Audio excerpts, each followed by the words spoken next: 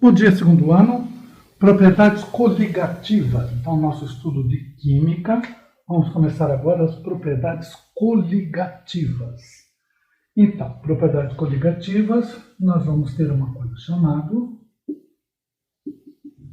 pressão de vapor. Vamos entender esse conceito. Vamos ver o que seria a pressão de vapor. Então, eu tenho um recipiente com líquido, vamos dizer que seja água no nosso recipiente aqui. Pode ser água ou líquido qualquer. Muito bem. Então, eu tenho este líquido e conforme ele absorve energia de uma fonte, do sol, seja do que for, ele vai agitar as moléculas, pode aumentar um pouco a temperatura e forma internamente uma parte da água em forma de vapor. São bolhas, formam algumas bolhas em forma de vapor. Por que esse vapor não sai e vai embora logo? Eles vão subir, vão fazer algum... Aí eu tenho no sentido contrário, pressionando o líquido, a pH, nós vimos ou não é, a progressão aritmética que nós vimos lá em matemática. pH é a pressão atmosférica, vimos no ano passado, né? Muito bem, então eu tenho essa pressão atmosférica sobre o líquido. Por isso essas bolhas aqui não se desprendem. Então todo líquido tem a sua pressão de vapor dependendo do seu estado, principalmente de temperatura. Quando você fornece uma quantidade de energia para ele, em forma de calor, então você pega e coloca isso aqui, esse recipiente, uma panelinha com água, coloca numa chama, no fogão. Então vai receber uma quantidade grande de energia aqui e vai formar mais e mais bolhas, até que essa pressão de vapor aqui iguala a pressão atmosférica. Quando ela iguala a pressão atmosférica, começa a ocorrer, então, o que nós chamamos de vaporização.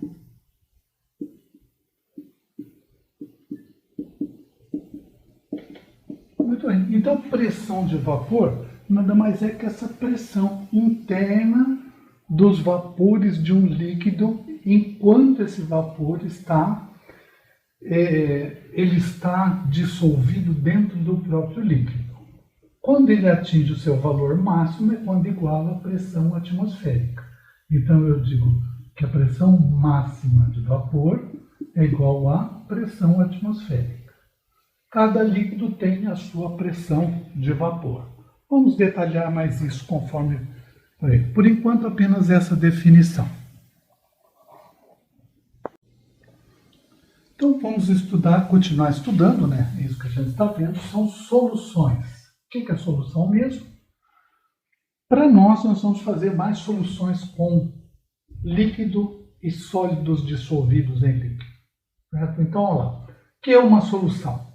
Vamos fazer nosso exemplo clássico de solução. Um copo com água, você coloca uma colherinha de sal e bate, o sal dispersa, fica tudo diluído na água, não aparece o sal. Então, eu tenho uma solução. Então, isso é uma solução.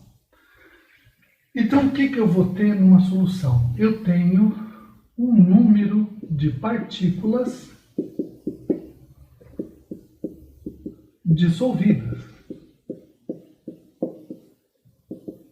E estas partículas dissolvidas, elas vão alterar propriedades físicas desse líquido. Então, quer dizer que se eu coloco sal na água, eu altero propriedades físicas da água. Quais propriedades? Então, vamos ver lá. A propriedade do ponto de ebulição e do ponto de fusão. Como é que é? Ponto de ebulição.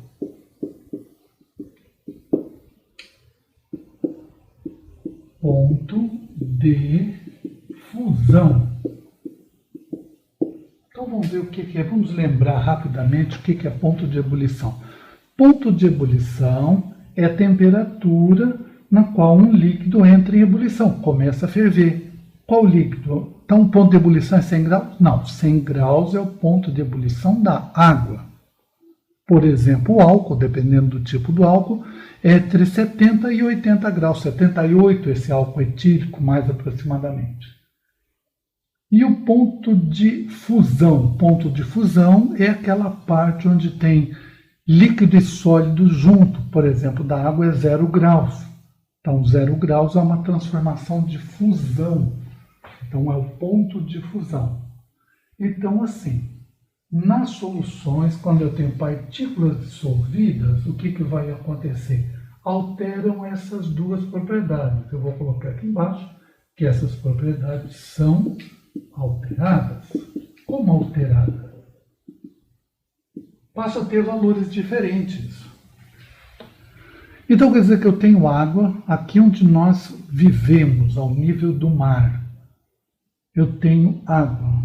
E aqui o ponto de ebulição é bem justo, muito próximo de 100 graus Celsius, que a gente usa os 100 graus. O que é 100 graus? Quer dizer que a água ferve quando chega a 100 graus Celsius perfeitamente. Então, o ponto de ebulição da água aqui é 100 graus Celsius. E se eu colocar sal na água, vou fazer uma solução salina com água, o que vai acontecer? O ponto de ebulição fica alterado.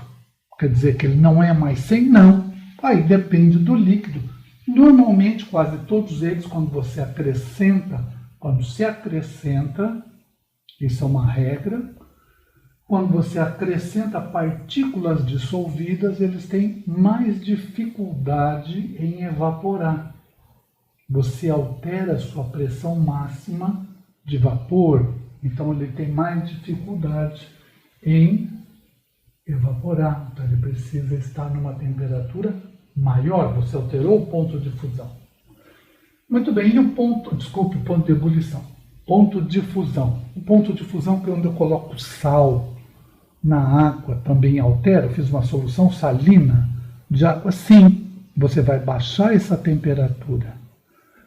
Então, quer dizer que se eu pegar gelo e colocar sal no gelo, eu vou baixar mais a temperatura do que 0 graus? Sim, vai ter uma transformação abaixo de 0 graus. Então é por isso que põe sal no gelo quando você quer gelar alguma coisa meio rapidamente. Exatamente, você está aplicando uma propriedade coligativa. Então você está acrescentando partículas numa solução e você está alterando os dois pontos aqui, o ponto de ebulição e o ponto de fusão. Então, basicamente, as duas principais são essas as propriedades. Tem mais propriedades, mas essas duas nós vamos estudar detalhadamente essas propriedades coligativas. Então, vamos ver. Aí, segundo ano, concluída essa primeira parte, propriedades coligativas, então, são alteração, errado aqui, vamos colocar aqui plural, alterações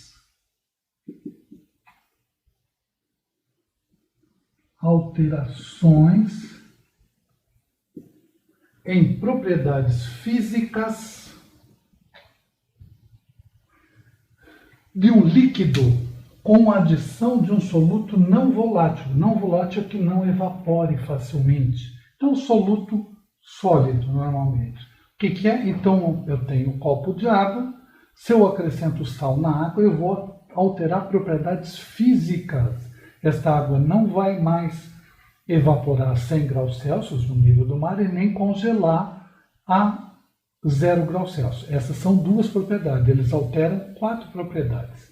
Então, alteram. Vamos colocar aqui quais são as propriedades. As propriedades alteradas são ponto de fusão, ponto de ebulição. Vamos ver cada uma delas. Bem tranquilo. PMV, pressão máxima de vapor, e osmose. Muito bem. Pressão osmótica, na verdade. Vamos colocar aqui PO, depois a gente traduz isso. Agora vamos fazer algum trabalhinho que vocês vão ter aí.